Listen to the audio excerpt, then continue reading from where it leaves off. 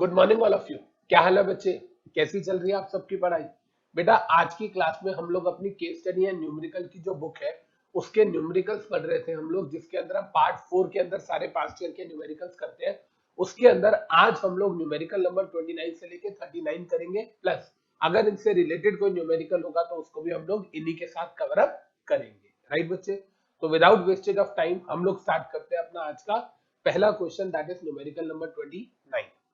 बेटा ये पढ़ाने से पहले मैं आप लोगों को एक चीज बता दूं प्लीज, कि ये न्यूमेरिकल इजी है, अच्छा है, स्कोरिंग है और कोई रट्टाफिकेशन या कोई फॉर्मूला नहीं है, लॉजिकल रीजनिंग पे बेस्ड है। ये जो न्यूमेरिकल है ये लॉजिकल है, लॉजिकल रीजनिंग पे बेस्ड है। देखते हैं बेटा ये क्या कह रहा है। सबसे पहले कह रहा है a mutual fund having 300 units, एक म्यूचुअल फंड है 300 यूनिट्स वाला, has shown net asset value of rupees 8.75 and 9.45, दो NAVs दे रखी है at the beginning and end of the year respectively। जब साल शुरू हुआ था तो NAV था 8.75, खत्म हुआ तो 9.45। ठीक है जी। The mutual fund has given two option, अब म्यूचुअल फंड दो ऑप्शन दे रहा है। जनरली ऐसे क्वेश्चन में म्यूचुअल फंड दो ऑप्शन क्या देता है, एक साल के बाद डिविडेंड और कैपिटल अप्रिसिएशन ले लो या इसी पैसे को ना लेके दोबारा री इन्वेस्ट करो। तो ये एग्जामिनर आपसे जानना चाहता है, बताओ क्या अगर आप इन्वेस्टर होते तो एक साल के बाद पैसा लेके रख लेते या उसे दोबारा री इन्वेस्ट कर देते? ये हमारा क्वेश्चन है, देखते हैं क्या यही है। पे रुपीज, अब जो दो ऑप्शन है वो क्या है, कहता है 0.75 का वो डिविडेंड देने को तैयार है, 0.75 का डिविडेंड वो देने को तैयार है एंड 0.60 का कैपिटल अप्रिसिएशन देने को तैयार है। अब भाई 0.75 एंड 0.60 का कैपिटल अप्रिसिएशन, तो क्या मैं ये कह सकता हूँ 60 पैसे मुझे वो मिलेंगे पर यूनिट, 75 पैसे 75 पैसा मुझे वो मिलेंगे पर यूनिट, इंटू 300 यूनिट्स करूंगा तो मेरा टोटल रिटर्न आ जाएगा? यस और नो? 0.75 इंटू 300 ये हो गया मेरा डिविडेंड एंड 0.60 इंटू 300 ये हो गया मेरा कैपिटल अप्रिसिएशन, तो मेरा टोटल रिटर्न इन रुपीस आ जाएगा। हाँ या ना? सही बोल रहा हूं? देखिए एक बार इसको क्या कह रहा है, देखिए ये कह रहा है, इधर देखिए ये कहता है सर रिटर्न कितना मिल रहा है 0.75, ये कह रहे हैं एक डिविडेंड दे रहे हैं, 0.60 ये कह रहे हैं कैपिटल अप्रिसिएशन दे रहे हैं, दोनों को प्लस कर दिया इनटू 300 यूनिट्स, तो ये आ गया 405 यूनिट। ये बात तो सिंपल है सर, 75 पैसा एक आ रहा है डिविडेंड का, कैपिटल अप्रिसिएशन 60 पैसे का एक आ रहा है, ऐड कर दिया इनटू 300 यूनिट्स हमने कर दिया तो टोटल अमाउंट आ गया। सर ये तो वो आ गया जो कंपनी हमको दे रही है, इसके अलावा जो हमें बाजार में बेचने से मिलेगा वो? सर क्या कहना चाह रहे हो, सोचो भाई, ईयर एंड पे 9.45 था, ईयर बिगनिंग पे 8.75 था, तो जो ईयर बिगनिंग पे था और जो ईयर एंड पे था, अगर ईयर एंड में से ईयर बिगनिंग वाला माइनस कर देंगे वो अमाउंट भी तो हमारा कैपिटल गेन आ गया। हाँ या ना? जो कंपनी दे रही है वो कैपिटल अप्रिसिएशन अलग से है और जो हमें वैसे एनएवी का डिफरेंस मिल रहा है वो भी तो हमारा प्रॉफिट का पार्ट है, वो भी तो हमारे रिटर्न का पार्ट है। तो इसका मतलब क्या हुआ, इन शॉर्ट अगर हम बात करें तो मैं इसको ऐसे भी लिख सकता ना, 0.75 इंटू 300 ये हो गया डिविडेंड, 0.60 इंटू 300 ये हो गया कैपिटल अप्रिसिएशन, इसके अलावा इनका जो डिफरेंस आता 8.75 का और 9.45 का, दैट इज 0.70 इंटू 300 ये हो जाता कैपिटल गेन।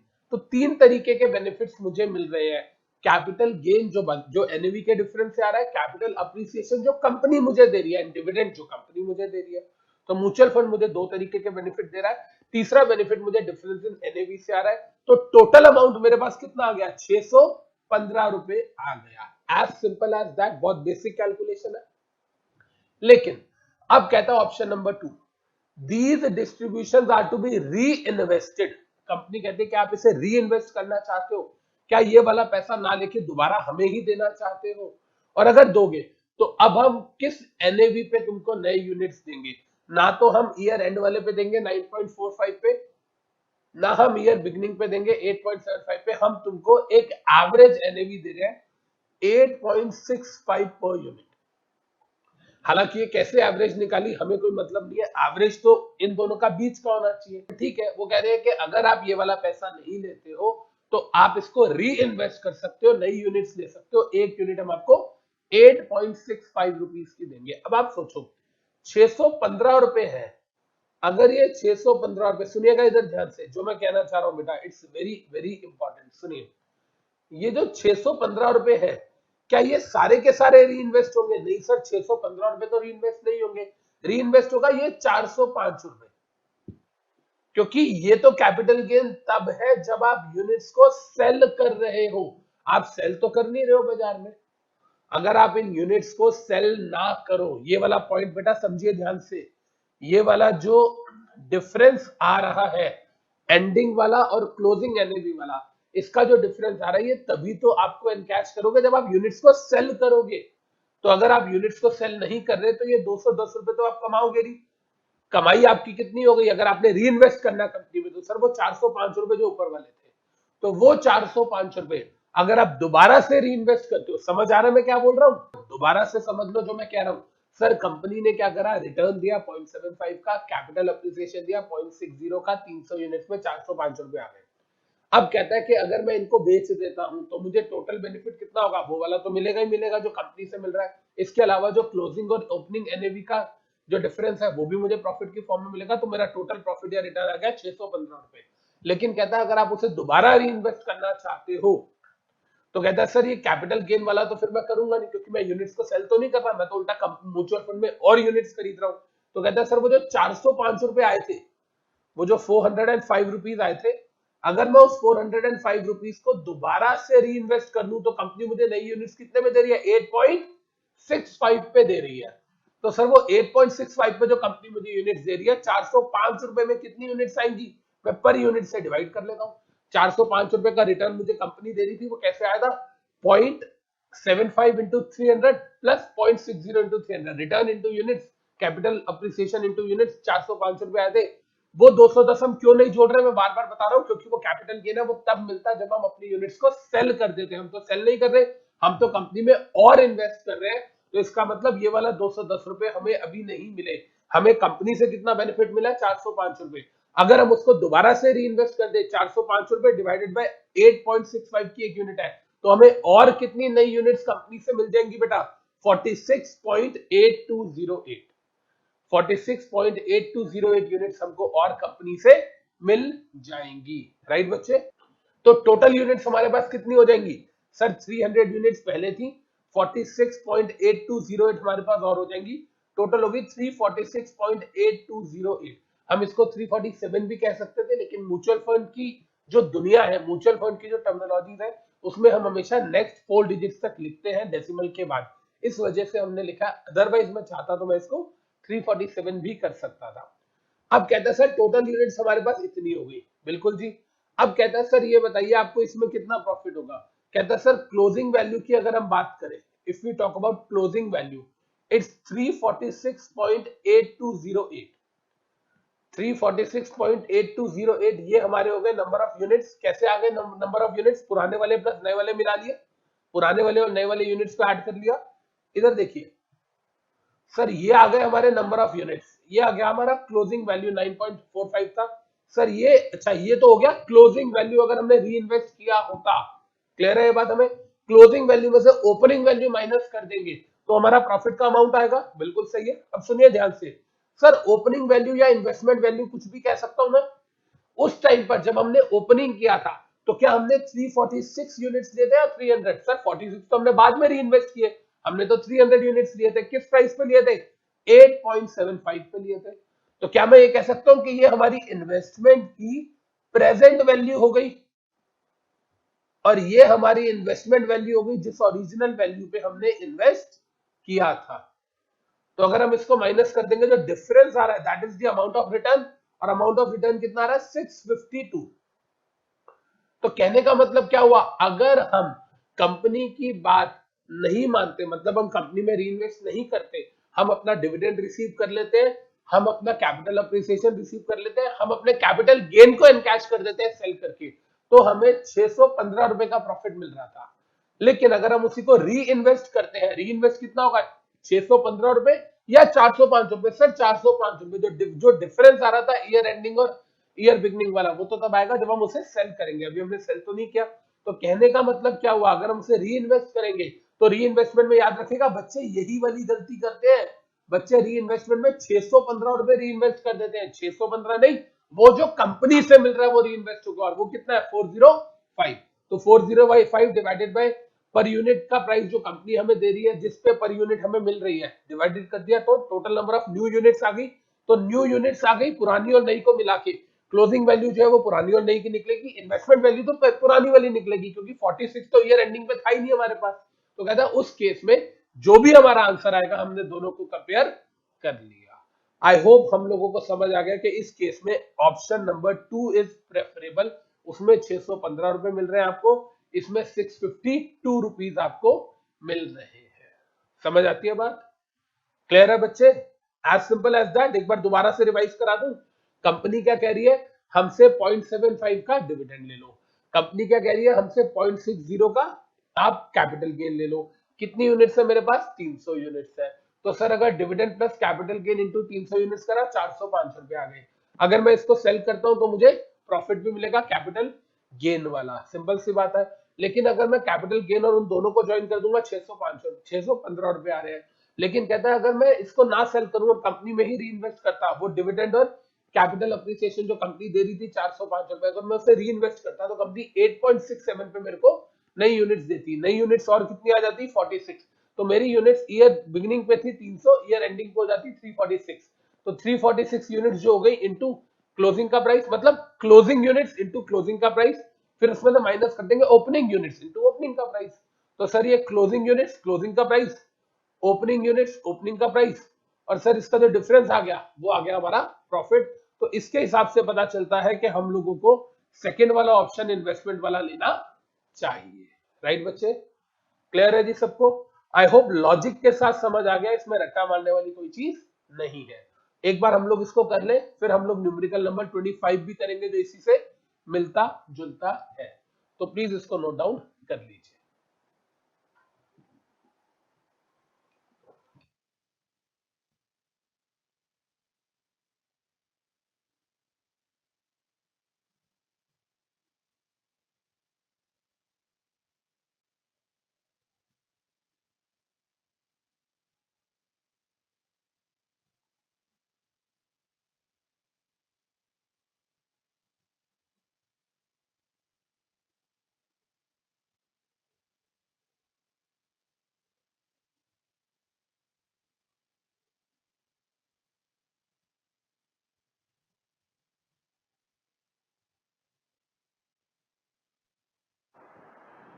बेटा एक बात बोलना चाहूंगा आपको, प्लीज आप लोग जब इसको नोट डाउन कर रहे हो तो ट्राई कीजिए कॉपी ना करें। प्लीज आप इसको एक बार देख लो, ढंग से देख लो, चाहे कोई दिक्कत नहीं है। Take your time. इसको आप 2 बार देख लो, 3 बार देख लो, समझो, एंड कोशिश करो अपने आप रिजॉल्व करने की। I repeat, word to word copy मत करो, देखो लॉजिक समझो। 0.75 0.60 इंटू 300, बाकी ईयर एंड और ईयर बिगनिंग में जो डिफरेंस आया इंटू 300, 615 रुपए आ गया। सर अगर हम इसे री इन्वेस्ट करते हैं ऊपर वाले अमाउंट को, कैपिटल गेन तो होगा नहीं जब तक हम सेल नहीं करेंगे। तो डिविडेंड और रिटर्न को री इन्वेस्ट करेंगे तो सर नई यूनिट्स आ जाएंगी। तो नया वाला रिटर्न कैसे निकालेंगे, जो क्लोजिंग एनएवी है इंटू जो टोटल नंबर ऑफ यूनिट्स है 346, माइनस इन्वेस्टमेंट वैल्यू कितनी थी, opening value into opening unit 300 थी, जो गैप आ गया। दोनों अमाउंट्स को कंपेयर करेंगे तो option 2 is preferable. But I request you guys, आप कॉपी नहीं करेंगे, फिगर्स भी नहीं देखेंगे, मतलब ये अमाउंट जो आ रहा है 405 210, आप प्लीज अपना कैलसी निकालिए और अपने आप ही इसको करने की कोशिश कीजिए। 2 मिनट ज्यादा लगेंगे, आई एम वेटिंग, हमें कोई जल्दी नहीं है, but you have to do it by yourself. Thank you.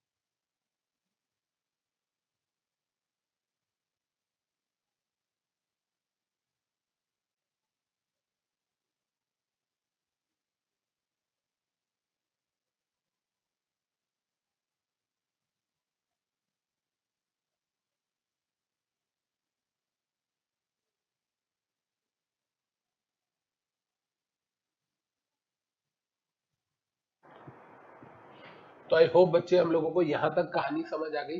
अब चलते हैं अपने नेक्स्ट न्यूमेरिकल पे, दैट इज न्यूमेरिकल नंबर 25, क्योंकि ये 29 से ही रिलेटेड है। राइट बच्चे, तो अब हम लोग न्यूमेरिकल नंबर 25 पे आते हैं। अब देखिए बेटा, अब हम आ रहे हैं न्यूमेरिकल नंबर 25 पे। इसको ध्यान से देखते हैं। 25 पे क्या कह रही है, बिल्कुल सेम क्वेश्चन है, सिमिलर, कोई डिफरेंस नहीं है। देखिए, mutual fund has NAV of 1150 at the beginning of the year 11.50, at the end of the year NAV increases to 12.10। तो 12.10 माइनस 11.5, ये हमारा कैपिटल गेन हो गया 60 पैसे का, हमको पता है। कंपनी ने डिविडेंड देना है 0.80, कैपिटल गेन जो कंपनी दे रही है 0.70, तो 0.80 प्लस 0.70 प्लस 0.60, राइट। कह रहा है अगर आपके पास, ध्यान से समझिए, कह रहा है सर अगर आपके पास 200 यूनिट्स है तो आप रिटर्न कैलकुलेट कीजिए। सेम वैसे ही आ जाएगा। अगर हम बात करें तो sir 0.80 into 200 plus 0.70 into 200 plus 0.60 into 200, पूरा अमाउंट आ गया।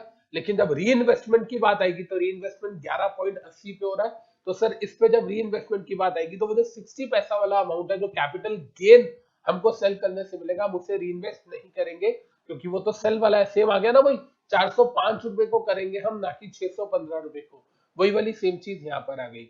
अब इसके अंदर अगर हम देखेंगे, मैंने थोड़ा सा तरीका चेंज कर दिया है इसको करने का। वैसे क्वेश्चन सेम है, आप वैसे भी करो ऐसे भी करो, कोई दिक्कत नहीं है, लेकिन इसमें मैंने परसेंटेज वाइज भी निकाल के दिखा दिया है। देखिए, डिविडेंड मिल रहा था 0.80 रुपीज का, कैपिटल गेन मिल रहा था हमें 0.70 का, और जो कैपिटल जो हमारा कैपिटल अप्रिसिएशन जो कंपनी दे रही थी, कंपनी दे रही थी 0.70 का, और जो रिटर्न मिल रहा था क्लोजिंग माइनस ओपनिंग का 12.10 माइनस 11.5, वो आ रहा था 0.60। अब इंटू 100 करके हमने रिटर्न तो हमें पता ही कैसे निकालते हैं, ROI, return upon investment into 100, तो ये आ रहा है 18.26%। मतलब इस क्वेश्चन में मैं परसेंटेज वाइज कंपेयर कर रहा हूँ। क्या अमाउंट वाइज भी कंपेयर कर सकता था? बिल्कुल कर सकता था।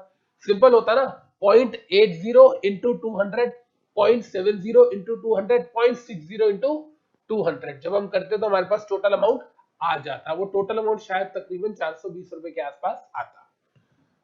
कैलकुलेट कर लीजिएगा, इतना ही आएगा शायद।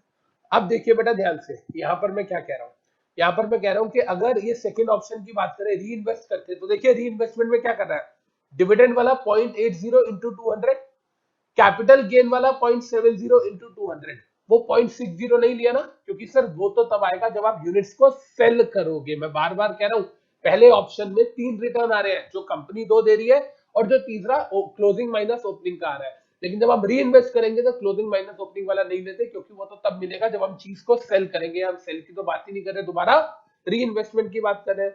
तो 160, 140, 300 रुपए का आ गया हमारे पास। अगर हमने वो 0.60 इंटू 200 छोड़ दिया, 120 रुपए, तो 300 रुपए हमारे पास आ गए, जो हम री इन्वेस्ट करेंगे किस प्राइस पे, 11.80 पे। तो 300 डिवाइडेड बाई 11.80 करेंगे तो सर हमारे पास न्यू यूनिट्स आ जाएंगी, सेम जैसे वहां पर आई थी। तो टोटल यूनिट्स हमारी इतनी होगी, सेम वही, closing value minus investment value. Sir closing price into closing units minus opening price into opening unit, return आ गया इतना।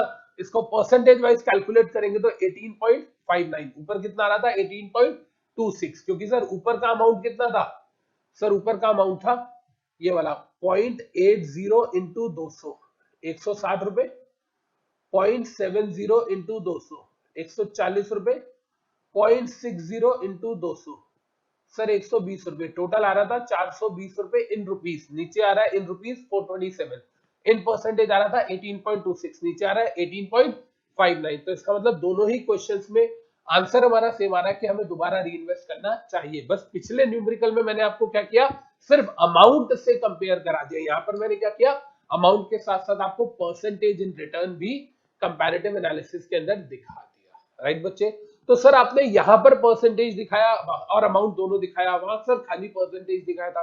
भाई मार्किंग का फर्क है, वो क्वेश्चन 4 नंबर का था, ये क्वेश्चन 5 नंबर का है। क्लियर है ये बात सबको? तो प्लीज इस क्वेश्चन को अपने आप सॉल्व कीजिए, अब तो इसको नहीं देखना चाहिए आप लोगों को। प्लीज इसको अपने आप सॉल्व करने की कोशिश कीजिए।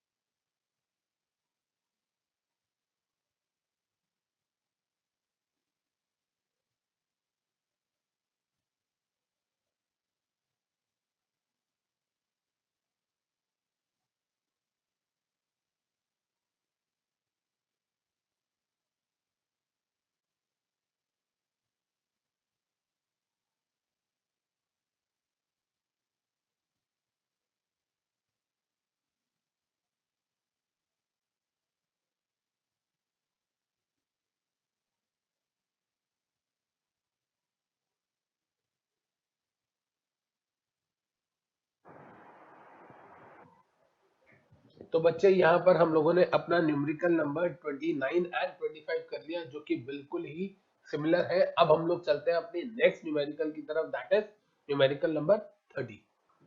अब देखिए बेटा, न्यूमेरिकल नंबर 30 जो है ये बहुत ही ज्यादा इंपॉर्टेंट है एंड मेरा फेवरेट है।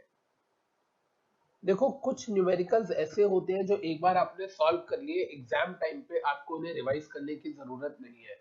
जैसे कि हम ओपन एंडेड क्लोज एंडेड वाली बात कर रहे थे, या हम कह रहे थे कि एनएबी जब हम बात करते हैं कि sir back end load, front end load, valuation of rights कैसे निकालते हैं, एन अपॉन एम ब्रैकेट में पी एक्स माइनस पी और इक्विटी शेयर्स के, बोनस इशू के, या अगर हम बात करते हैं स्प्लिट सब डिवीजन के, जो जय वाला क्वेश्चन हम लोगों ने किया था।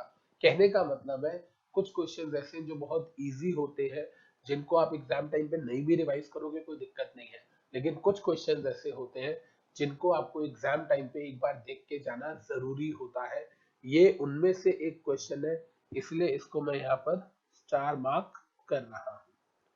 एग्जाम टाइम पे अगर आप ये क्वेश्चन नहीं देख के गए तो आपको दिक्कत हो सकती है, और ऐसा क्वेश्चन एग्जाम में 2 बार आया हुआ है। तो देखिए एक बार हम इसको क्या बात कर रहे हैं, it's very very very good question. ये क्वेश्चन है टेक ओवर में से। ये क्वेश्चन जो है टेक ओवर रेगुलेशंस 2011 का है। इसमें एंटरप्राइज वैल्यू कैलकुलेट करने की बात की गई है। देखिए क्या कह रहा है, from the following information calculate कीजिए enterprise value of E limited. E limited की बैलेंस शीट दी गई है और कह रहा है आपको ये डाटा दिया हुआ है, एंटरप्राइज वैल्यू कैलकुलेट कीजिए। सबसे पहले तो एंटरप्राइज वैल्यू होता क्या है हमको ये पता होना चाहिए। एंटरप्राइज वैल्यू के बारे में साफ साफ ये डेफिनेशन दी गई है सेबी सस्त रेगुलेशंस के अंदर भी। देखिए क्या कह रहा है, enterprise value means the value calculated as, एक फॉर्मूला दिया गया उसको वर्डिंग्स में डाल दिया गया है। कहता है सर एंटरप्राइज की वैल्यू क्या है, देखिए कहता है सर मार्केट कैपिटलाइजेशन हम निकालते हैं कंपनी की, हम सबको पता है मार्केट कैपिटलाइजेशन से ही पता चलता है कंपनी बड़ी है या छोटी है, हमने पढ़ा हुआ है, शेयर प्राइस से नहीं पता चलता। जितने शेयर्स कंपनी ने इशू किए हुए हैं बाजार में इनटू मार्केट प्राइस पर शेयर या वैल्यू पर शेयर इज इक्वल टू जो वैल्यू आती है that is known as market capitalisation. हम सर आपने बहुत बार बताया हुआ है, यहाँ तक कि जब हमने पार्ट 3 की केस स्टडीज की थी अपनी इस बुक की, उसमें भी हमने डिस्कस किया था। सेबी ने लोडर रेगुलेशंस में काफी चीजें मार्केट कैपिटलाइजेशन के बेसिस पे करी हुई है कि वो जो टॉप 500 कंपनीज है, टॉप 1000 कंपनीज है, टॉप 2000 कंपनीज है, उनको ये रेगुलेशन फॉलो करनी है। एंड वो टॉप कैसे पता चलता है, एज पर मार्केट कैपिटलाइजेशन। खैर मार्केट कैपिटलाइजेशन हमको पता कैसे निकालनी है, एक कंपनी ने 10 लाख शेयर इशू करे इंटू 100 रुपए का एक शेयर है, मतलब टोटल इशूड कैपिटल इंटू जो बाजार में आज की डेट में प्राइस है, जो मल्टीप्लीकेशन करके आएगा दैट इज मार्केट कैपिटलाइजेशन, ये हमें पता है। तो मार्केट कैपिटलाइजेशन में कहते हैं जब हम प्लस करेंगे डेट को, प्लस करेंगे माइनॉरिटी इंटरेस्ट को, प्लस करेंगे प्रेफर्ड शेयर्स को। प्रेफर्ड शेयर्स कोई अलग से शेयर्स नहीं है, प्रेफरेंस शेयर्स को ही प्रेफर्ड शेयर्स बोला जाता है। माइनस कर देंगे total cash and cash equivalent को। तो ये एक फॉर्मूला है जो एक्चुअली में आपको डिटेल में एफएम में पढ़ाया जाता है, या कई बार सीए के बच्चों को एसएफएम में पढ़ाया जाता है फाइनल में। अब सीएस को तो फाइनल में रहा नहीं, एफएम तो वो इंटर में आ गया, तो एंटरप्राइज वैल्यू जो है वो आपको पढ़ाई जाती है वैल्यूएशंस के अंदर भी। अगर आपने कभी कंपनी लॉ में भी सुना हो तो सेक्शन 247 रजिस्टर्ड वैल्यूअर का होता है। कोई भी सीएस जिसको 3 साल का प्रैक्टिसिंग एक्सपीरियंस है वो रजिस्टर्ड वैल्यूअर का एग्जाम दे सकता है, उसका भी काम एंटरप्राइज की वैल्यू कैलकुलेट करना होता है यही फॉर्मूले से। तो market capitalisation plus debt plus minority interest plus preferred shares minus cash and cash equivalents, ये चीज आपको दिमाग में बिठानी है। अब इसमें से कौन कौन सा डाटा हमको दिया हुआ है उसको हम फिट करेंगे, जो नहीं दिया उसको निकालने की कोशिश करेंगे। देखते हैं टोटल कैश। तो इधर देखिए, क्या मैं इससे ये फॉर्मूला बोल सकता हूं एंटरप्राइज वैल्यू का, sir market capitalisation plus debt plus minority interest plus preference shares minus cash and cash equivalent. मैंने देखो नंबरिंग दे रखी है 1 2 3 4, पहले ये निकालना है फिर ये ऐसे। तो ये जो पहले हमने डेफिनेशन लिखी market capitalisation plus debt plus minority interest plus preferred shares minus cash and cash equivalent, उसी को देखो मैंने फॉर्मूले की फॉर्म में लिख दिया। अब हम देखें तो कैश एंड कैश इक्विवेलेंट दिया हुआ है, इसका मतलब सर ये चीज तो दे रखी है। इसके बाद अगर हम देखें तो शॉर्ट टर्म बोरोइंग्स भी दे रखी है, मतलब डेट भी दिया हुआ है, ठीक है जी, ये चीज भी दे रखी है, मान लिया। इसके बाद हम बात करें तो माइनॉरिटी इंटरेस्ट भी दिया हुआ है जी, माइनॉरिटी इंटरेस्ट भी दिया हुआ है जी। इसका मतलब क्या हुआ कि हमें कैश एंड कैश इक्विवेलेंट भी मिल गया, माइनॉरिटी इंटरेस्ट भी मिल गया, डेट भी मिल गया। सर प्रेफरेंस शेयर कहीं दे नहीं रखा, इसका मतलब ये जीरो हो जाएगा। देखो मैंने यहाँ फॉर्मूले में जीरो लिखा हुआ। तो सर माइनॉरिटी इंटरेस्ट दे रखा है, डेट दे रखा है, प्रेफरेंस शेयर्स है नहीं, हमने जीरो ले लिया, कैश एंड कैश इक्विवेलेंट दिया हुआ। मेन कहानी आके कहां फंसती है सर? मेन कहानी अड़ती है हमारी मार्केट कैपिटलाइजेशन पे, ये दिया नहीं हुआ, तो मार्केट कैपिटलाइजेशन हमको निकालना पड़ेगा। सर बड़ा सिंपल सा है मार्केट कैपिटलाइजेशन, मैंने आपको बताया जितने शेयर्स है इनटू प्राइस है। अब प्राइस कितना है पहले वो देखते हैं। सर प्राइस है, the current market price is 96, तो सर ये प्राइस भी दिया हुआ 96। अब नंबर ऑफ शेयर्स अगर हम कैलकुलेट कर ले तो हमारा काम खत्म हो जाता है। अब यहाँ पर नंबर ऑफ शेयर्स में क्या क्या चीज है देखिएगा बेटा, जिससे बच्चे कंफ्यूज होते हैं। अगर हम नंबर ऑफ शेयर्स की बात करते हैं तो सर यहाँ अमाउंट में दे रखा है 952 लाख, जो शेयर कैपिटल है वो अमाउंट में दे रखी है 952 लाख, और यहां बोल रखा है 952 है, पर शेयर की फेस वैल्यू 2 रुपए है। तो 952 डिवाइडेड बाय 2 करेंगे तो हमें नंबर ऑफ शेयर्स मिलेंगे। Are you getting me? यही चीज मेन मार्केट कैपिटलाइजेशन। एग्जामिनर बड़ा सिंपल सा क्वेश्चन है 4 मार्क्स का, एग्जामिनर क्या देखना चाह रहा है? पहली बात, क्या आपको एंटरप्राइज वैल्यू का फॉर्मूला पता है? पता है तो क्या डाटे में से सेकंड चीज आ गई कि आपको मार्केट कैपिटलाइजेशन कैसे कैलकुलेट करते हैं वो पता है? अगर ये दोनों चीजें पता है आराम से रिजॉल्व हो गया क्वेश्चन। तो मार्केट कैपिटलाइजेशन कैसे निकाली हमने? 952 डिवाइडेड बाय 2 किया तो नंबर ऑफ शेयर्स आ गए जो समवेयर 476 आएंगे, इनटू 96 रुपीस पर शेयर करेंगे तो मार्केट कैपिटलाइजेशन आ जाएगा। देखिए क्या ऐसे ही क्या हुआ मैंने, देखिए मैंने कहा नंबर ऑफ शेयर्स निकालने पड़ेंगे मार्केट कैपिटलाइजेशन के लिए, share capital divided by face value. Share capital कितनी है? 952 लाख, फेस वैल्यू 2, तो डिवाइड कर दिया, नंबर ऑफ शेयर्स कितना आ गया 476, इनटू मार्केट प्राइस था 96, तो ये आ गया total market capitalisation. Market capitalisation is 45,696 lakh rupees, ये आ गया हमारा मार्केट कैपिटलाइजेशन। इसमें फिर हम वो फॉर्मूला लगा देंगे जो एंटरप्राइज वैल्यू का था, 45696 plus debt 2860 plus minority interest 115 lakh, ये सब लाख में है, प्रेफरेंस शेयर जीरो है, cash and cash equivalent 102, enterprise value आ गई 48,569 लाख रुपीस। क्लियर है बच्चे ये बात? बहुत बहुत अच्छा क्वेश्चन है, बहुत सिंपल क्वेश्चन है। एक एंटरप्राइज की वैल्यू कैसे निकाली जाती है? देखो वैल्यूएशन शेयर्स की होती है, वैल्यूएशन गुडविल की होती है, वैल्यूएशन जो एंटरप्राइज की होती है। कल मैं एक वीडियो देख रहा था यूट्यूब पे, उसमें बताया गया कि जो हमारे विराट कोहली साहब है, इनकी जो वैल्यू है, वैल्यू नेटवर्थ की बात नहीं कर रहा, इनकी एसेट्स की वैल्यू की बात नहीं कर रहा, विराट कोहली की जो वैल्यू है वो 2100 करोड़ रुपए है। अमिताभ बच्चन सर की जो वैल्यू है वो 5100 रुपीस करोड़, 5100 करोड़ रुपीस है। इसका मतलब क्या है? अगर आप अमिताभ बच्चन को खरीदना चाहते हो तो आपको 5100 रुपए देने पड़ेंगे। तो सर ह्यूमन की भी वैल्यूज कैलकुलेट होती है, बिल्कुल सबकी ब्रांड वैल्यू कैलकुलेट होती है। तो goodwill, shares, land and building, ये सब तो है ही है। पूरी की पूरी एंटरप्राइज की भी वैल्यू को कैलकुलेट कैसे किया जाता है? मार्केट कैपिटलाइजेशन, उसमें प्लस किया जाता है डेट को, उसमें प्लस किया जाता है प्रेफर्ड शेयर्स को, उसमें प्लस किया जाता है माइनॉरिटी इंटरेस्ट को, और माइनस कर दिया जाता है कैश एंड कैश इक्विवेलेंट्स को। फिर जो वैल्यू आती है that is enterprise value. Am I clear with this? Right, कर ले इसको भी नोट डाउन।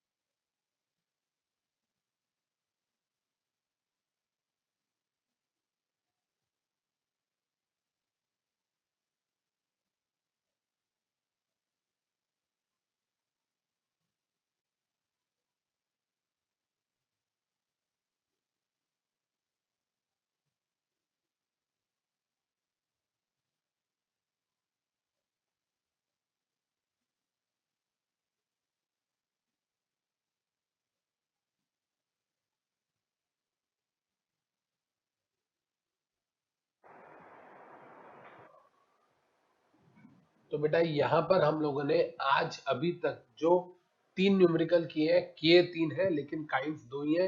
एक था कि सर कंपनी आपको साल बाद रिटर्न दे रही है, म्यूचुअल फंड आपको रिटर्न दे रहा है, लेना है या री इन्वेस्ट करना है, बताओ बेटर ऑफ क्या रहेगा। एंड दूसरा हो गया एंटरप्राइज वैल्यू को कैसे कैलकुलेट किया जाता है। दोनों के दोनों जो न्यूमेरिकल्स है बेटा वो स्टार वाले हैं, आपको एग्जाम टाइम पे इनको प्रैक्टिस करके जाना पड़ेगा, अदरवाइज आप इनको भूल जाएंगे। राइट जी, चले आगे। अब देखिए बेटा, न्यूमेरिकल नंबर 31 से लेके जब हम बात करते हैं 34 तक, 31, 32, 33, 34 बहुत ही इजी है, सुपर इजी है। आपने पढ़ा था एनएवी कैसे कैलकुलेट होती है, सर पब्लिक ऑफर प्राइस कैसे होता है या परचेज प्राइस कैसे होता है, या सर रिडम्पशन प्राइस कैसे होता है। हम लोगों ने पढ़ा था रिडम्पशन प्राइस का formula NAV upon 1 plus back end load, purchase price का formula NAV upon 1 minus front end load. हमें सर हमने तो इस तरीके के क्वेश्चंस कर लिए थे न्यूमेरिकल्स, दोबारा से इतने बच्चों वाले न्यूमेरिकल क्यों करा रहे हो बेटा, मैं नहीं करा रहा। हर अटेम्प्ट में जब नया पेपर होता है आपका जून एंड दिसंबर में, तो नए अटेम्प्ट में जो क्वेश्चंस एग्जाम पेपर में आते हैं उनको मैं अपनी बुक में ऐड ऑन कर लेता हूँ, इरिस्पेक्टिव ऑफ द फैक्ट कि वो नए हैं या वो इजी है या टफ है।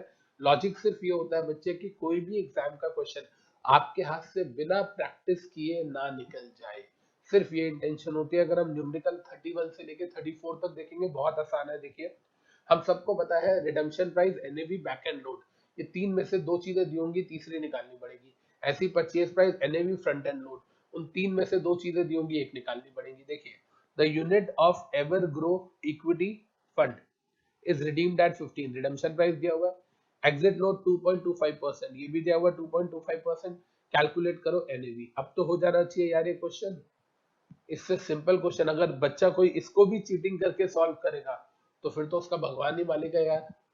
आई होप कि आप लोग ये वाला क्वेश्चन कर सकते हैं। पहले एक बार हम चारों क्वेश्चंस को देख लेते हैं, क्या क्वेश्चन पढ़ के हमें समझ आ रहे हैं। न्यूमेरिकल नंबर 32, इधर देखिए, if Rahul invests 10,000 rupees in a scheme that charges 2% front end load, front end load दिया हुआ है हमें 2%, ठीक है जी, at an NAV of ₹10, NAV भी दे रखी है हमको। What shall be the public offer price, sir ये राहुल 10,000 इन्वेस्ट करेगा, इसका कोई हमें लेना देना ही नहीं है, 10,000 हमारे लिए इररेलेवेंट है। सर फ्रंट एंड लूट दिया हुआ है, एनएवी दिया हुआ है, परचेज प्राइस हमको निकालने को बोला है। ये चीज तो कंफर्म है कि एनएवी 10 रुपए है तो परचेज प्राइस इससे ऊपर ही आएगा, ये बात तो ऑब्वियस ही है। राइट, ये भी बच्चों वाला न्यूमेरिकल है। इन द सेम मैनर अगर हम आगे देखें थर्ड वाला, सर 90 मतलब 33 वाला, ये देखिए global mutual fund as following details, NAV निकालो। सर मार्केट वैल्यू दे रखी है, एसेट्स दे रखी है, लाइबिलिटीज दे रखी है, और ये मार्केट वैल्यू कितने यूनिट्स की है, वो यूनिट्स दे रखी है 100 करोड़। तो क्या आपको नहीं पता, हम लोग आपको पता है मार्केट वैल्यू में एसेट्स को प्लस करते हैं, लाइबिलिटीज को माइनस माइनस कर देते हैं, तो हमारी टोटल पोर्टफोलियो वैल्यू आ जाती है। उसको हम divided by number of units कर देंगे तो एनएवी आ जाएगा। सर ऐसे सारे न्यूमेरिकल हमने पहले कर रखे हैं। देखो ना, 1100 करोड़ रुपए हमारी आज के टाइम में वैल्यू है पोर्टफोलियो की, 50 करोड़ हमने और लेना है, तो ये हो गया 1150, माइनस 80 करोड़ हमने देना है, 1150 में से 80 करोड़ हमने माइनस कर दिया, तो ये आ गया हमारा 1070, 1150 में से 1150 में से हमने 80 माइनस कर दिया तो 1070 आ गया। 1070 करोड़ ये हमारी पोर्टफोलियो की वैल्यू है, लेकिन divided by number of units करेंगे, 100 करोड़ करेंगे, तो हमारी पर यूनिट की एनएवी आ जाएगी, जो कितनी आ रही है ₹10.7। बहुत इजी है यार, राइट, 10 रुपए 70 पैसे। तो कहने का मतलब क्या हुआ सर, ये न्यूमेरिकल नंबर 31, 32, 33 एंड एक बार 34 को भी देख लेते हैं। देखिए 34 भी अगर हम बात करेंगे तो ये भी देखिए सेम एनएवी वाला ही है, सेम वही चीज है, मार्केट वैल्यू में एसेट्स और लाइबिलिटीज को माइनस करेंगे, डिवाइड कर देंगे बाय आउटस्टैंडिंग यूनिट्स या नंबर ऑफ यूनिट्स इशूड कह लो। बस इसमें क्या था, इस क्वेश्चन में आपको एसेट्स और लाइबिलिटीज, सिंपल एसेट्स और लाइबिलिटीज बोल के दिया गया है, लेकिन न्यूमेरिकल नंबर 34 के अंदर क्या है बेटा, आपको एसेट्स और लाइबिलिटीज दी नहीं गई है, आपको बोला गया आप खुद ही देख लो क्या एसेट्स है और क्या लाइबिलिटीज और क्या मार्केट वैल्यू है। देखिए सबसे पहले देखते हैं पोर्टफोलियो क्या है, 60 करोड़, 40 करोड़, 45 करोड़ एंड 75 करोड़। तो सर 60, 40, 45 एंड 75, सर ये चारों हो गया हमारा पोर्टफोलियो की। जब हम इन चारों को प्लस कर देंगे तो जो वैल्यू आ जाएगी वो क्या आ जाएगी, हमारी market value of the portfolio. हाँ सर, ये मार्केट वैल्यू ऑफ इन्वेस्टमेंट आ गई। प्लस क्या करना है, करंट एसेट्स, माइनस क्या करना है, current liability. Sir accrued income, accrued expenses, bank balance, size of the fund, इसको हम ऐसे समझते हैं, इधर देखिए सर ये 50 एंड 60 प्लस हो जाएगा एंड ये जो 40 है ये माइनस हो जाएगा। तो सर ये 50 एंड 60 प्लस हो गया देखिए, एंड जो 40 है ये माइनस हो गया, बिल्कुल जी। इसके बाद कहता है जो अमाउंट आ गया वो हमारा आ गया टोटल पोर्टफोलियो वैल्यू। फिर हम नंबर ऑफ यूनिट्स से जब हम डिवाइड करेंगे, अब नंबर ऑफ यूनिट्स कितनी है वो देखने वाली है। यहाँ कह रहा है साइज ऑफ द फंड है 200 करोड़, 10 रुपए की एक यूनिट है, तो 200 डिवाइडेड बाय 10 करेंगे तो आ गया 20 करोड़ यूनिट्स। तो जो हमारा आंसर आएगा उसको हमें 200 करोड़ से नहीं 20 करोड़ यूनिट से हमें डिवाइड करना है। The answer will be net asset value जो आपका आ रहा है ₹14.5। Am I clear with this? तो ये वाले जो चार न्यूमेरिकल्स हैं हमारे 31 से लेके 34 तक आए हो, बहुत बहुत इजी है। आप लोग प्लीज इसको एक बार नोट डाउन कर लीजिए और अपने आप कैलकुलेट करने की कोशिश कीजिए। Thank you.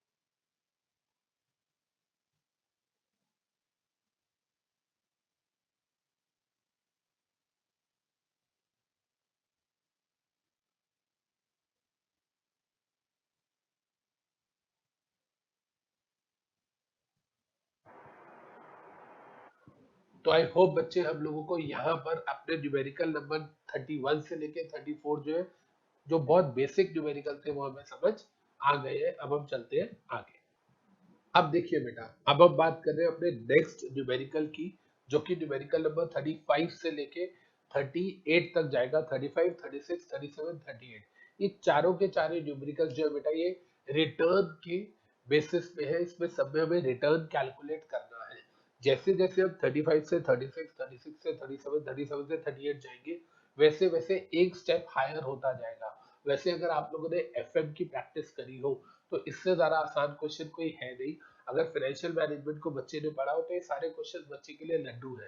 लेकिन स्टिल क्योंकि कोर्स में है, क्योंकि सिक्योरिटी लॉ के एग्जाम में आए हुए हैं, इसलिए मेरी ड्यूटी बन जाती है कि मैं आपको इनकी प्रैक्टिस कराऊं। देखिए बेटा, न्यूमेरिकल नंबर 35 पहले देखते हैं। तीनों चारों क्वेश्चंस को एक साथ देखेंगे, फिर नोट करेंगे। Mister Raman invested rupees 1 lakh in the shares of Reliance Industries limited. Raman ने 1 लाख रुपए इन्वेस्ट करे रिलायंस में। He received dividend of 12,000 on his investment। ठीक है जी, 12,000 का डिविडेंड मिला। Eight the end of the year market price of share is 1,10,000। Return कितना हुआ भाई? 1 लाख इन्वेस्ट किया था, आज 1,10,000 है। 10,000 रुपए वहां से कमाए, राइट, प्लस 12,000 रुपए का डिविडेंड आ गया। मतलब 12,000 का डिविडेंड प्लस 10,000 का कैपिटल अप्रिसिएशन, 22,000 रुपए वो कमा रहा है। कितना रुपए इन्वेस्ट करके? 1 लाख रुपीज इन्वेस्ट करके। तो हम सबको पता है रिटर्न अपॉन इन्वेस्टमेंट इंटू 100, तो return 22,000 divided by 1 lakh into 100 किया, तो हमारा परसेंटेज में आ गया 22%। इट्स वेरी वेरी सिंपल यार। हमने रिटर्न निकाला है eight the end of the year. Income received plus appreciation in capital divided by amount of investment into 100। और ये जो income receive plus appreciation in capital है क्या? रिटर्न। तो रिटर्न अपॉन इन्वेस्टमेंट इनटू 100। इससे इजी क्वेश्चन नहीं हो सकता, 3 नंबर का एग्जाम में आया हुआ है। लेकिन अब देखिए ध्यान से, इसी से रिलेटेड नेक्स्ट क्वेश्चन है जो से हल्का सा अलग है। देखिए, ये देखिए, अब ये थोड़ा सा अलग और यूनिक हो जाता है क्वेश्चन। क्यों? अभी मैं बताता हूं आपको। Mister Ganesh invested rupees 1 lakh in Reliance Industries Limited. ठीक है जी, मान लिया। On 1 January. अब आप देखिए ध्यान से, ऊपर वाले क्वेश्चन में कहीं डेट गिवन थी? सर ऊपर वाले क्वेश्चन में कोई डेट गिवन नहीं थी, नीचे वाले क्वेश्चन में डेट गिवन है। सर क्या इससे कोई फर्क पड़ता है? यस पड़ता है। याद रखिएगा बेटा, जब भी आपको डेट गिवन होती है तो आप रिटर्न हमेशा पर एनम का निकालेंगे। जब भी डेट गिवन होती है तो रिटर्न हमेशा पर एनम का, पर साल का निकालेंगे। देखिए मैंने ये बात यहाँ लिखी भी है नीचे। Important note for students, if debts are given in the question it is always advisable to calculate per annum return. ये वाली बात समझ आई? क्लियर है? तो ये चीज बताने के लिए, खाली मैंने ये चीज बताने के लिए डेट नहीं डाली, और भी एक ट्विस्ट है इस क्वेश्चन में। देखते हैं क्या है। देखिए सर, हमने 1 लाख रुपए इन्वेस्ट करे। He receive dividend of 12,000 on his investment. ये रिटर्न आ गया 12,000। After 6 months the market price of share is 1,10,000। अब ये 6 महीने के बाद कह रहा है कि हमें कितना प्रॉफिट हुआ। सुनिए ध्यान से, 1 लाख रुपए लगाए थे, 6 महीने में 12,000 का डिविडेंड मिल गया। हम सबको पता है डिविडेंड उसको मिलता है जिसका नाम रिकॉर्ड डेट वाले दिन रजिस्टर में होता है। आपने 11 महीने म्यूचुअल फंड या शेयर्स रखे, मैंने आपसे अभी 10 दिन पहले खरीदे, और उसके बाद रिकॉर्ड डेट होगी और डिविडेंड आ गया तो मुझे मिलेगा। तो कहने का मतलब क्या हुआ? सुनिएगा इधर ध्यान से, 12,000 रुपए, ये जो 12,000 रुपए है इसका रिटर्न मेरे पास आया। 12,000 रुपए का रिटर्न मेरे पास आया, एंड साथ में 10,000 रुपए का मेरे पास कैपिटल अप्रिसिएशन आया। तो 12,000 प्लस 10,000, अगर मैं इसको ऐसे बोलना चाहूं, देखिए ध्यान से बेटा इधर, 12,000 प्लस 10,000 22,000 रुपए हो गया। 22,000 डिवाइड बाय 1 लाख, वही सेम वाली चीज है ना। 22,000 रुपए आए, 1 लाख रुपए डिवाइड करके आए इंटू 100, 1 लाख रुपए इन्वेस्ट करके आए इंटू 100, 22% आ गया। लेकिन ये 22% आया 6 मंथ्स का, और ये कह रहा है मैं साल का कैलकुलेट करूं, तो अगर हाफ ईयरली का 22% इंटू 2 कर दूंगा तो 44% हो गया। तो एक तरीका तो ये हो गया इसको सॉल्व करने का। मैं यही देख रहा था अभी नीचे जाके, क्या मैंने इसको दोनों तरीकों से सॉल्व किया है? देखिए ये तो बड़ा सिंपल हो गया। ये तो वही ऊपर वाला हो गया, 12,000 plus 10,000 divided by 1 lakh into 100, 22%। The return in 6 months is 22%, hence the return on investment for calendar year is 44%। एक तरीका तो ये हो गया। दूसरा तरीका निकालने का क्या हो गया? देखिए ऑल्टरनेटिव आंसर क्या होगा? Return per annum, income receive plus capital appreciation, return upon investment into 100। तो रिटर्न अपॉन इन्वेस्टमेंट इनटू 100 ये हमारा आया रिटर्न। इसको डिवाइड कर दो जितने टाइम का है, डिवाइड बाय 6, देखो इसको डिवाइड बाय होल्डिंग पीरियड कर दिया, डिवाइड बाय 6 मंथ्स कर दिया, तो क्या 1 मंथ का आ गया। ये जो भी रिटर्न आया इसको डिवाइड बाय 6 कर देंगे तो क्या 1 मंथ का रिटर्न आ गया। हाँ, और पूरे साल का निकालना तो इंटू 12 कर देंगे, बात तो वही आ गई। यार अगर आप लॉजिकली देखो तो ये इंटू 2 ही तो किया है मैंने। होल्डिंग पीरियड क्या है, होल्डिंग पीरियड था हमारा 6 मंथ, 6 मंथ था और ऊपर 12 मंथ का हमें निकालना है, तो इसका मतलब क्या हुआ, जो रिटर्न आया डिवाइड बाय 6 मंथ किया, एक महीने का आ गया, इंटू 12 मंथ कर दिया। तो ये फॉर्मूला मैंने आपको क्यों लिखवाया है, अगर मान लो ऊपर ये 22% रिटर्न हमारा क्वार्टरली आ रहा होता तो यहाँ डिवाइड बाय, यहाँ इंटू क्या करते हैं, into 12 month divided by 3 month, तो 3 महीने का 22% आ रहा होता। मान लो लेटेस्ट टेक एन एग्जांपल के ऊपर क्वार्टरली दिया होता तो हम क्या करते, क्वार्टरली था 3 महीने का रिटर्न था, डिवाइड बाय 3 करते, एक महीने का आ जाता, इंटू 12 करते तो पूरे साल का आ जाता। राइट बच्चे, क्लियर है सबको। इधर भी आप ऐसे कर लो या वैसे मल्टीप्लीकेशन कर लो, एक ही बात है। ऐसे क्वार्टर का निकाल के इंटू 4 कर देते तब भी वही आता, यहाँ पर 12 मंथ डिवाइडेड बाय 3 मंथ कर देते तो भी इंटू 4 होता, तो both are same thing. Right बच्चे, क्लियर है। लेकिन सिर्फ उसमें और इसमें एक एक अपर एज क्या आया, इसमें डेट आ गई तो आपको पता चल गया आपको एनुअली ही निकालना है, चाहे क्वेश्चन में 6 मंथ दिया हुआ है फिर भी आपको एनुअली ही निकालना है, वो तो इसमें बोल भी दिया कैलकुलेट करो पर एनम। और पर एनम के दो तरीके मैंने आपको बता दिए, आप होल्डिंग पीरियड के पॉइंट ऑफ व्यू से भी निकाल सकते हो या जितने टाइम का दिया इंटू, अगर क्वार्टरली है साल का निकालना है इंटू 4 कर देना, हाफ ईयरली है साल का निकालना है इंटू 2 कर देना, सिंपल सी बात है। मंथली है साल का निकालना है इंटू 12 कर देना। राइट बच्चे, तो प्लीज एक बार इसको भी नोट डाउन कर लीजिए।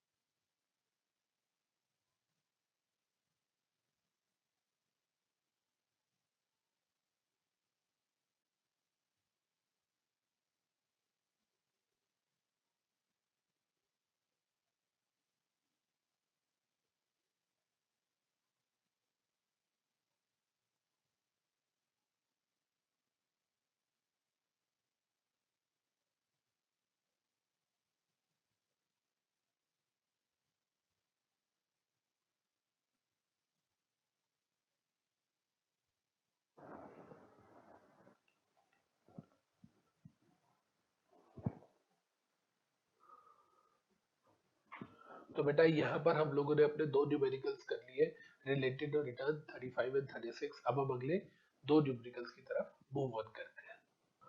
अब देखिए बेटा, अब हम आते हैं अपने नेक्स्ट न्यूमेरिकल की तरफ 37। ये क्या कहता है देखिए, ये भी रिटर्न वाला ही है, इजी है, बस इसमें एक छोटा सा गेम पॉइंट है। इसमें जो रिटर्न है वो मंथ्स के हिसाब से नहीं, डेज के हिसाब से कैलकुलेट किया गया है।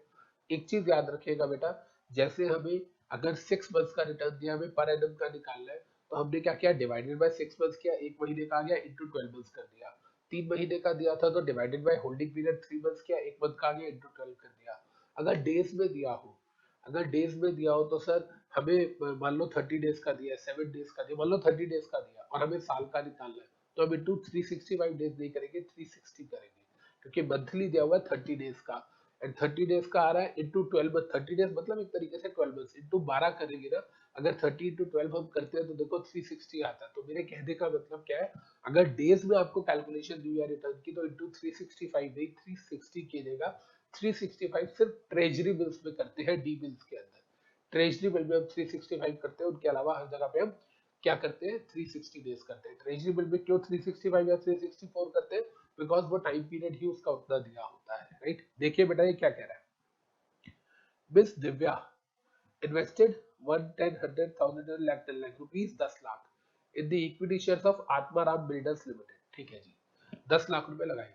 After 30 days market value is 10 lakh 50 हजार। 10 लाख रुपए लगाए और 10 लाख 50 हजार रुपए उसको 30 दिन के बाद 50 हजार रुपए ऊपर मिल रहे हैं, तो 30 दिन का उसका रिटर्न कितना आ गया सर, 30 दिन का रिटर्न आ गया 5%। 10 लाख लगाए, उसका 5% हो गया, 50 हजार वो मिल गया, तो 5% रिटर्न आया उसका पर 30 डेज का। Calculate the return for miss Divya. अब आप देखिए क्या कह रहा है, कैलकुलेट कीजिए रिटर्न। रिटर्न मैंने आपको बार बार कहा पर एनम में निकालिए, तो 5% आया 30 डेज का, तो 5% डिवाइडेड बाय 30 इंटू 360 कर देंगे तो पर एनम का आ जाएगा। या वैसे भी सोचो 30 डेज मतलब 1 मंथ इंटू 12 कर दो, तो मोटा मोटा देखा जाए तो 60%, तो तब भी आ गया। तो आप जैसे मर्जी कैलकुलेट कर सकते हैं। देखिए, return for holding period 1 month, 1 month कह लो, 30 डेज कह लो। इनकम रिसीव्ड, कोई इसको डिविडेंड वगैरह तो मिला नहीं है, zero. Appreciation in capital 50,000। Invest कितना किया था, 10 lakh into 100, simple. ROI return upon investment into 100। Capital appreciation है, इनकम कोई रिसीव हुई नहीं थी। ये 5% उसे मिल गया, 10 लाख लगा के 50 हजार मिल गया, 5% मिल गया यार एक महीने में। हमें पूरे साल का निकालना है, तो 5 डिवाइडेड बाय 30 क्या, तो हमें मिल गया 35 डिवाइड बाय 30 करेंगे तो एक दिन का, इंटू अगर हम 360 करेंगे तो 360 डेज का, या सिंपल इंटू 12 कर दिया, एक महीने में 5% कमाया। और अगर हम बात करते हैं पूरे साल की, तो 60% का रिटर्न हमें मिल जाएगा। सर ये बहुत इजी क्वेश्चन है, ये क्यों कराया, सिर्फ डेज की कैलकुलेशन बताने के लिए कि जब डेज आएगा तो इंटू 365 नहीं करेंगे, इंटू 360 करेंगे, राइट बच्चे। इसको भी प्लीज नोट आउट कर लीजिए।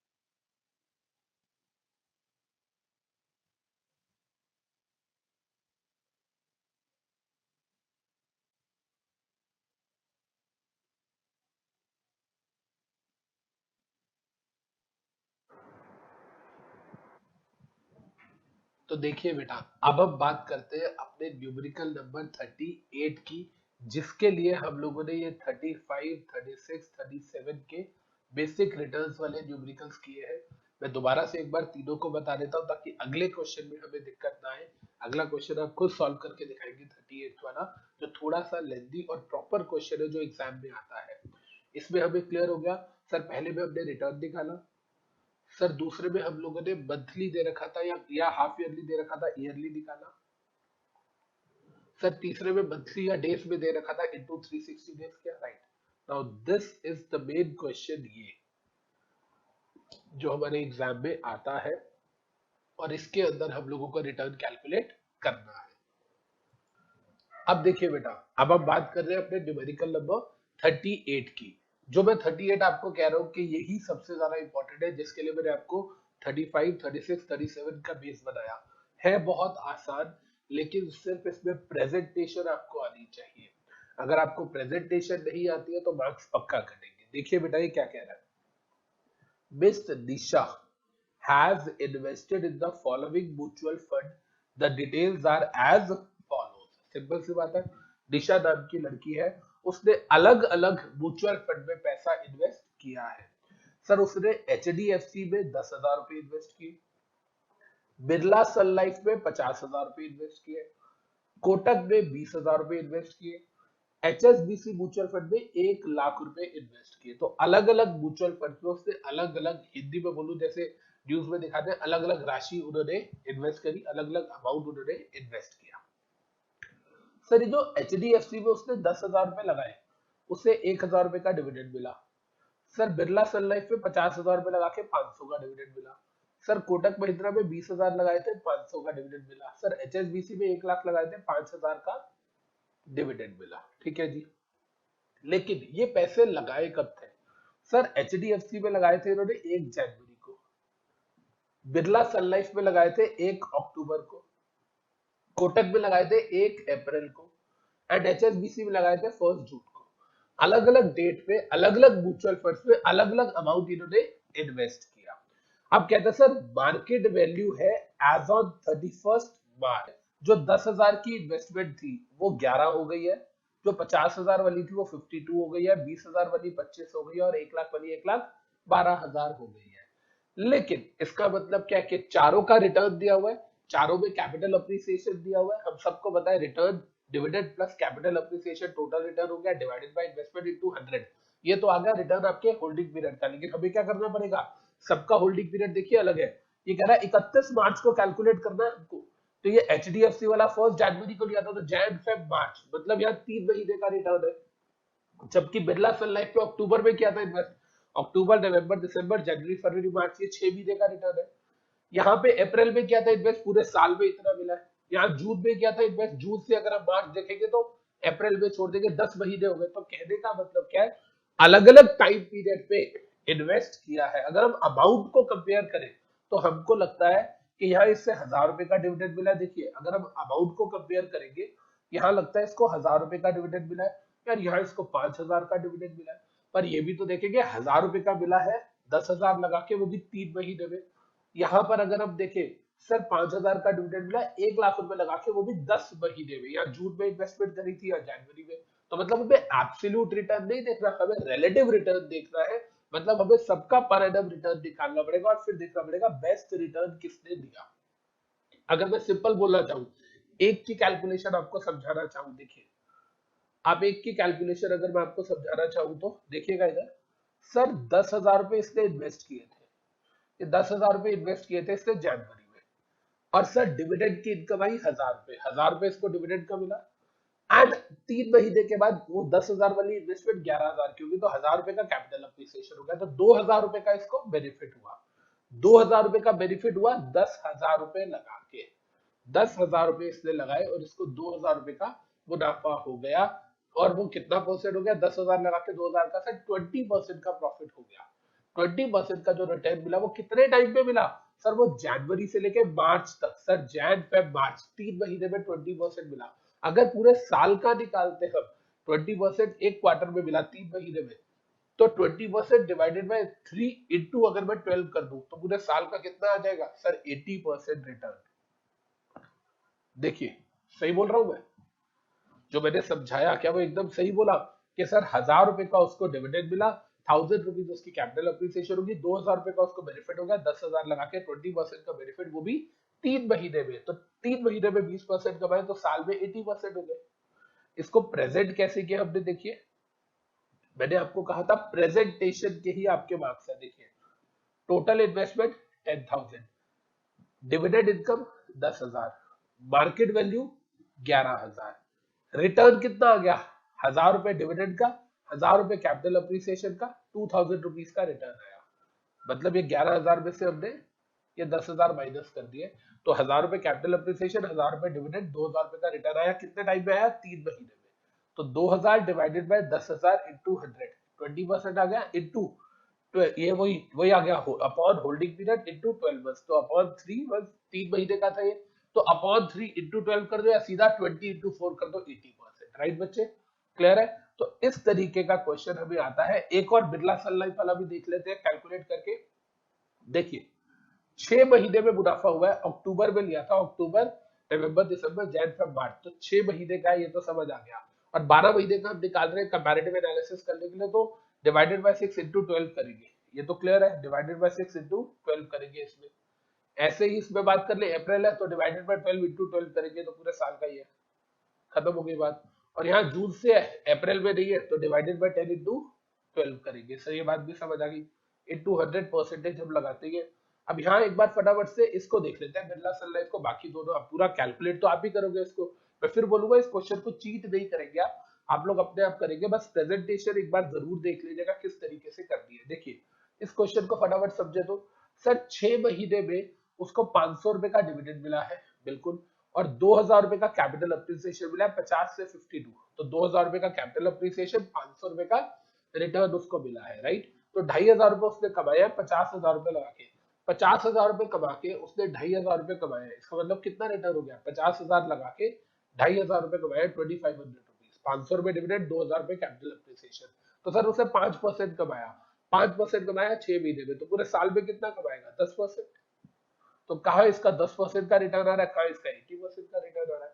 इस तरीके से आपको चारों का रिटर्न कैलकुलेट करना है, और फिर लास्ट में लिखना है कि कौन सा सबसे बेटर है। भाई सबसे बेटर फर्स्ट वाला ऑप्शन है, हाँ या ना।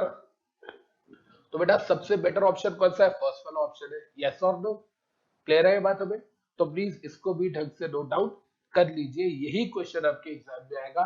35, 36, 37 के एग्जाम में आने की प्रोबेबिलिटी थोड़ी सी कम है, राइट।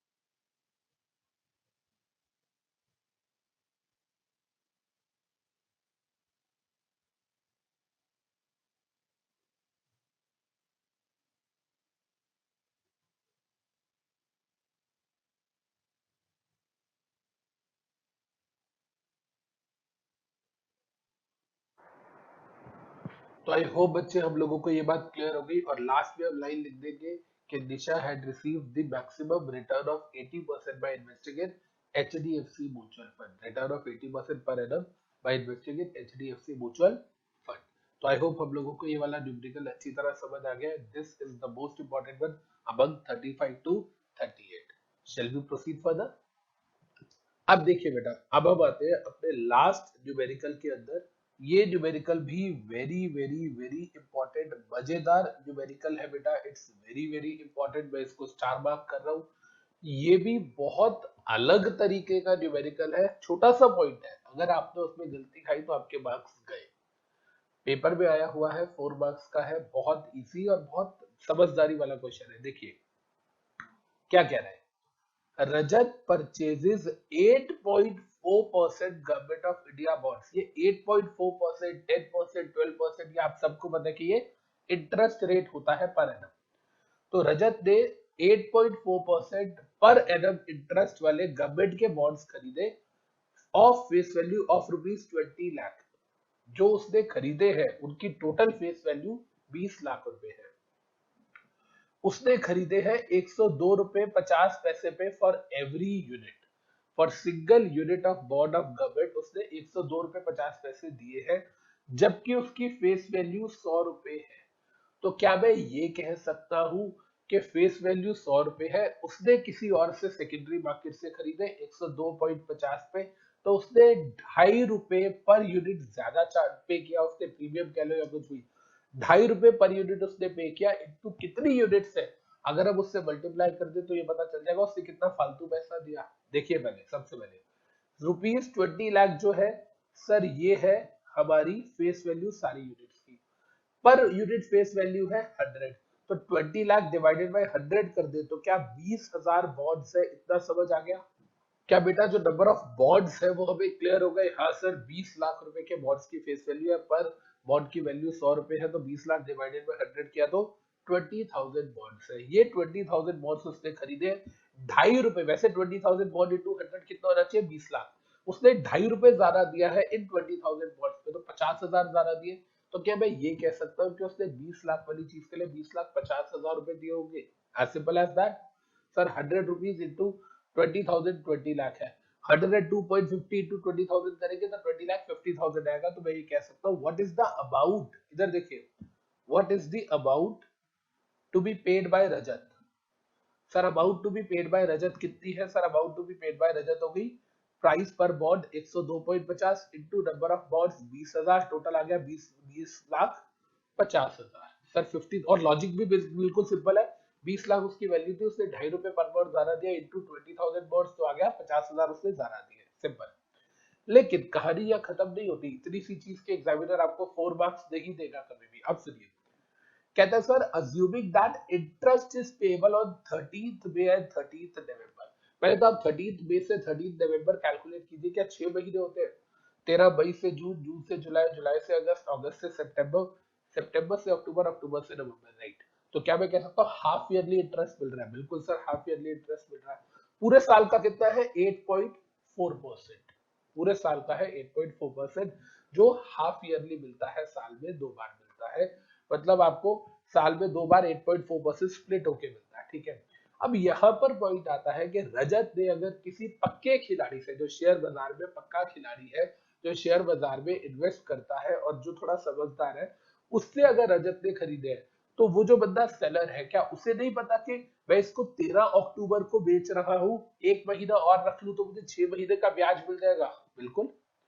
तो क्या अगर सेलर समझदार है, वो यहाँ पे रजत को छोड़ देगा 5 महीने का इंटरेस्ट, या 5 महीने का इंटरेस्ट लेगा? वो बोलेगा भाई 5 महीने मैंने होल्ड किया है, 13 मई से 13 लास्ट, मेरे को मान लो मैं सेलर हूँ, मैं रजत नहीं हूँ, मैं सेलर हूँ। मैं रजत को बोलूंगा रजत, मेरे को लास्ट इंटरेस्ट मिला था 13 मई को, अगला मिलना है 13 नवंबर को, तो 13 अक्टूबर को मेरे से ले रहा है, तो 1 महीने का जो इंटरेस्ट है वो तेरा हुआ, बाकी 5 महीने का मेरा हुआ। तो तू मुझे 5 महीने के इंटरेस्ट के भी पैसे दे, अगले महीने कंपनी से 6 महीने का तो तेरे को मिलेगा। तो मतलब रजत को प्रिंसिपल अमाउंट के जो प्रीमियम था उसके साथ साथ मुझे 5 महीने का ब्याज भी उसे मेरे को पे करना पड़ेगा। कहानी में ट्विस्ट समझ आया? I hope I have made my point clear कि जो समझदार सेलर है वो रजत से 5 महीने का इंटरेस्ट थोड़ी छोड़ेगा, नहीं तो वो रजत को बोलेगा भाई अगले महीने लियो, 13 नवंबर को लियो, पहले ब्याज आने दे मेरे को, फिर सेल करूंगा तेरे को।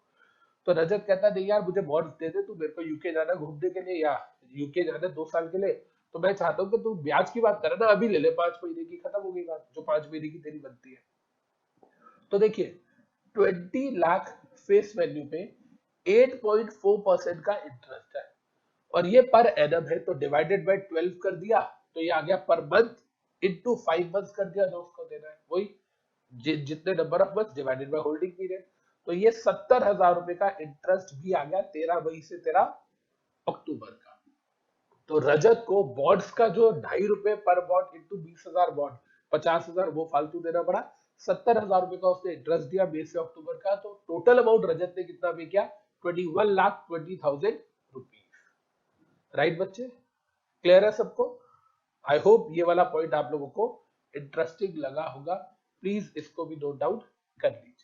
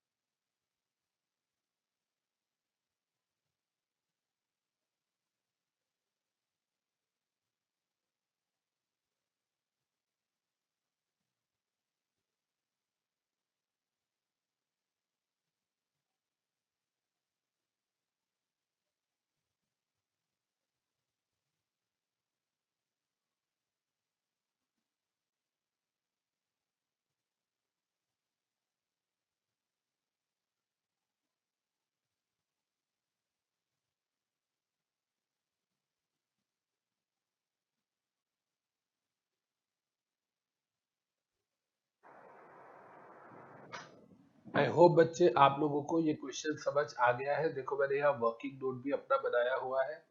वर्किंग नोट के अंदर मैंने यहाँ पर लिखा है कि 30 नवंबर को मान लो बॉन्ड्स इशू हुए हो, तो पहला जो 6 महीने का उसको इंटरेस्ट है वो 13 मई को मिला होगा, फिर नेक्स्ट हाफ ईयर का 13 नवंबर को मिलना था। इससे पहले यहाँ अक्टूबर में वो सेल कर रहे हैं, तो वो 13 मई से लेकर 13 अक्टूबर तक का जो सेलर है वो इंटरेस्ट रजत से नहीं छोड़ेगा, रजत को वो इंटरेस्ट पे करना पड़ेगा। राइट बच्चे, तो आई होप कि आज की क्लास आप लोगों को अच्छी लगी होगी बेटा।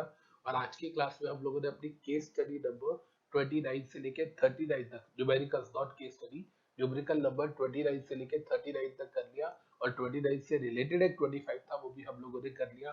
फिर मिलते हैं नेक्स्ट क्लास में, till then take care, bye.